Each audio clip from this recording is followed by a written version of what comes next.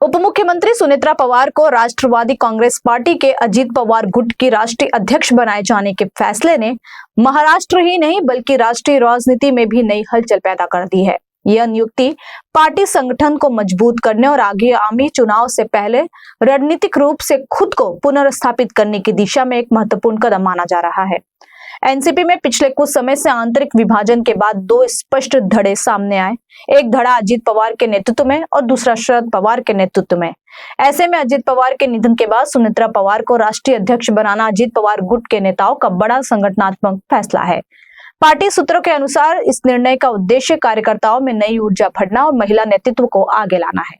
महाराष्ट्र की राजनीति में पवार परिवार का प्रभाव लंबे समय से रहा है। राजनीतिक विशेषज्ञों का मानना है कि यह कदम शरद पवार गुट को सीधी चुनौती देने के साथ साथ पार्टी के संगठनात्मक ढांचे को मजबूत करने की रणनीति भी है। राष्ट्रीय अध्यक्ष के रूप में सुनेत्रा पवार की नियुक्ति से अजित पवार गुट अपनी स्वतंत्र पहचान को और स्पष्ट करना चाहता है। पार्टी का राष्ट्रीय अध्यक्ष बनने के बाद मीडिया से बातचीत में सुनेत्रा पवार ने कहा कि यह काफी भावनात्मक फैसला है। दादा के सपनों को पूरा करने और पार्टी और कार्यकर्ताओं के फैसले का सम्मान करने के लिए उन्होंने ये पद ग्रहण किया है। पदाधिकारी आमदार खासदारों का यही मानना था कि सुनेत्रा वहिनी को अजित दादा पवार की जो जिम्मेदारियां हैं उसको लेनी चाहिए, तो उसी तरीके से गठ नेता की नियुक्ति करके उनको डिप्टी सीएम का शपथ दिलाया गया था।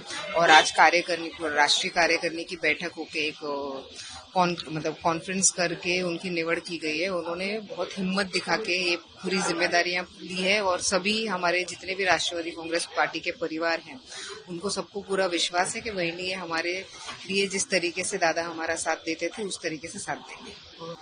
हम देखते हैं कि एक यंग फेस राज्यसभा में हमारे पार्टी की तरफ से पहुंच रहा है और पार दादा ऑलरेडी पॉलिटिकली एक्टिव रहे हैं। 2019 से हम देख रहे हैं कि जब से उन्होंने चुनाव लड़ा है, भले ही चुनाव में वो जीत नहीं हासिल कर पाए लेकिन कैडर के साथ और लोगों के साथ लगातार संपर्क में रहते थे और एक यूथ जो है उनके तरफ डाइवर्ट होता रहा है, उन तक पहुंचता रहा है। तो उसी तरीके से हमें ऐसा लगता है कि दादा के बाद जो हमारा यूथ है वो पार्थ दादा के टूवर्ड्स अप्रोच कर रहा है और उसी को जानते हुए और मानते हुए पार्टी के डिसीजन को हम उचित मानते हैं कि उन्होंने पार्थ दादा को आगे बढ़ाया है। हमारा जो युवक एक जो यंग जनरेशन था, जो सेकेंड जनरेशन था, जो बिखरा हुआ उनको दिख रहा था सर, लेकिन पार्थ दादा के नाम के सामने आते ही सभी बहुत एंथुसियास्ट हो गए और उसको पॉजिटिवली ले।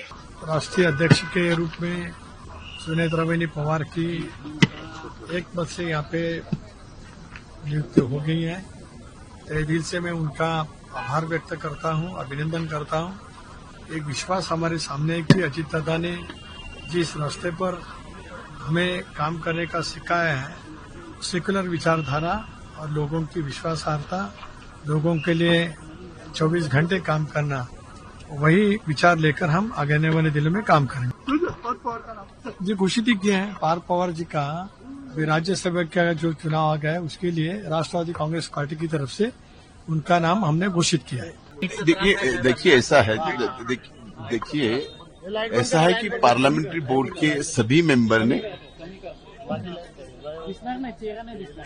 वहिनी का जब वहां का रेजिग्नेशन होगा तो उसके बाद वो राज्यसभा खाली होने वाली थी और पार्थ पवार जी का नाम हमारे पार्लियामेंट्री बोर्ड ने सबने तय करके ये दिया।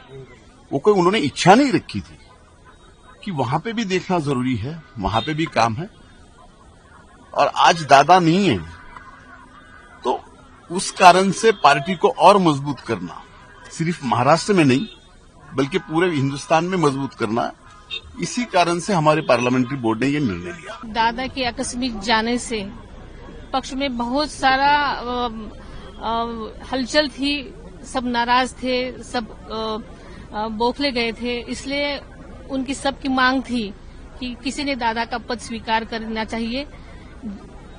महाराष्ट्र के लिए दादा ने जो जो सपने देखे थे, जो जो काम किया था, उसके लिए सब ने, पक्ष के नीचे वाले कार्यकर्ता से लेके सब नेताओं ने, प्रतिनिधियों ने, सब ने मेरे लिए आग्रह किया, मुझे विनती की और इस विनती का सम्मान करके मैंने पदभार स्वीकार किया है। दादा के जो सपने अधूरे थे वो पूरे करने के लिए, हमारे पक्ष का विस्तार करने के लिए और अधिक से मजबूत करने के लिए हमने ये पद स्वीकार किया है। हम सब मिलके, सबके साथ से हम आगे बढ़ेंगे।